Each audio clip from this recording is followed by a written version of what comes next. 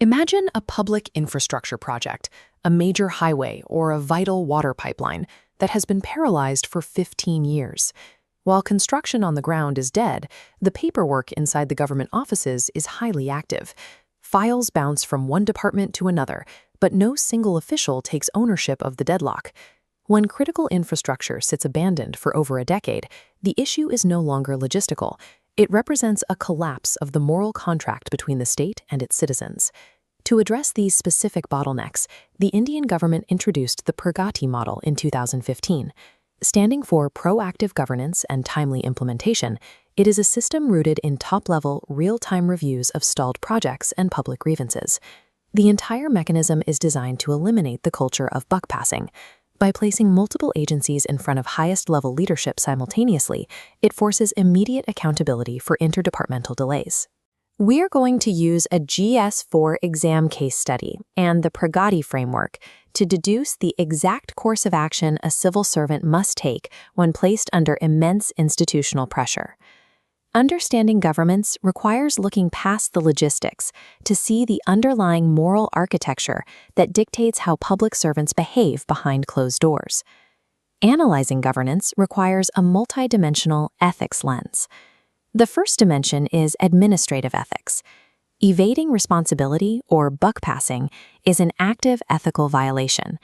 Even if an officer uses legal procedural loopholes to shift the blame to another desk, the deliberate avoidance of duty constitutes immoral behavior. The second dimension is philosophical. The utilitarian justification for PRAGATI is clear.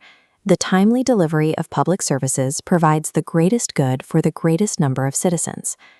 Under a deontological or Kantian angle, the logic shifts. Here, an officer's inherent duty supersedes the physical outcomes.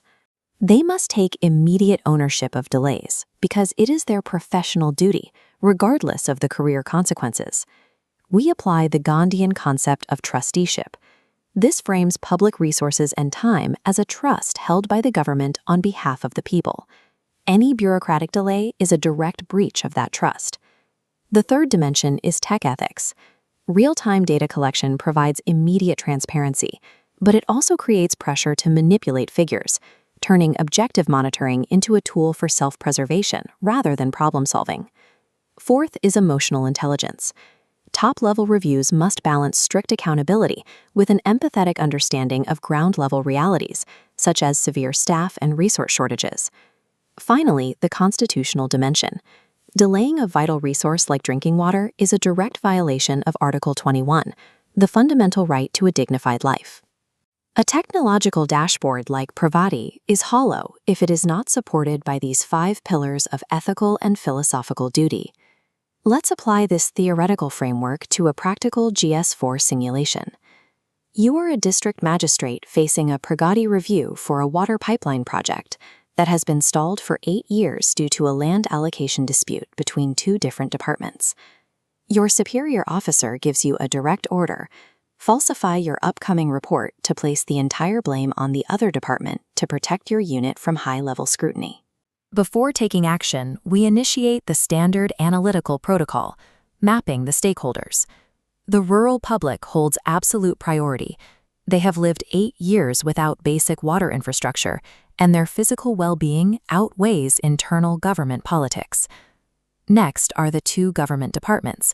A falsified report places unfair blame on one entity while providing unearned protection for the other, leaving the root cause of the delay unaddressed. Third are the superior officers. By applying this pressure, they are actively undermining the integrity of the entire governance accountability system. Finally, you, the officer on the ground. Your conflict is a direct clash between short-term career safety and long-term professional integrity. Explicitly mapping these stakeholders is an essential defensive protocol. It prevents an officer from blindly complying with hierarchy at the expense of the public. Now we systematically evaluate our available paths. Option 1 is to submit to the superior's pressure and falsify the data. This secures immediate career safety. However, it guarantees the infrastructural problem remains unsolved and represents a total moral failure. Option 2 is direct confrontation, a rebellious refusal of the superior's orders. While this feels theoretically pure, it is practically destructive. It breaks institutional harmony and triggers internal conflict that delays the actual solution to the land dispute even further. Ethical administration requires more than blind subservience or aggressive rebellion. Neither extreme delivers water to the affected public. This leads us to option 3, the objective path. You must submit a neutral, fact-based report detailing the land dispute and append a constructive solution roadmap, proposing a specific, time-bound joint mediation meeting. This path is mandated by the Civil Service Conduct Rules, which emphasize the requirements of objectivity and nonpartisanship in all official reporting. We can also connect this to Kant's categorical imperative. Falsifying reports to protect a department could never be allowed to become a universal law of administration, rendering the superior's order invalid. Choosing this path is an exercise in the courage of conviction, the specific moral fortitude expected by the Nolan Principles and ARC reports. Ethical action reaches beyond self-protection. It involves constructing a practical resolution that prioritizes the public's access to resources over an officer's career safety. When we pull back and look at the PRAGATI model as a whole, we see a powerful technological tool. But it is not a magic fix for institutional delay. Technology and high-level dashboards can force transparency into the system. They cannot force morality. The architecture of accountability relies on the moral fortitude of the individual officer sitting at that desk, choosing facts over pressure. In our next episode, we will analyze the ethical dimensions of the minimum government, maximum governance approach. Until then, drop into the comments and let us know if you see an alternative pathway for our district magistrate. In public administration, technology enables accountability, but only human integrity can guarantee it.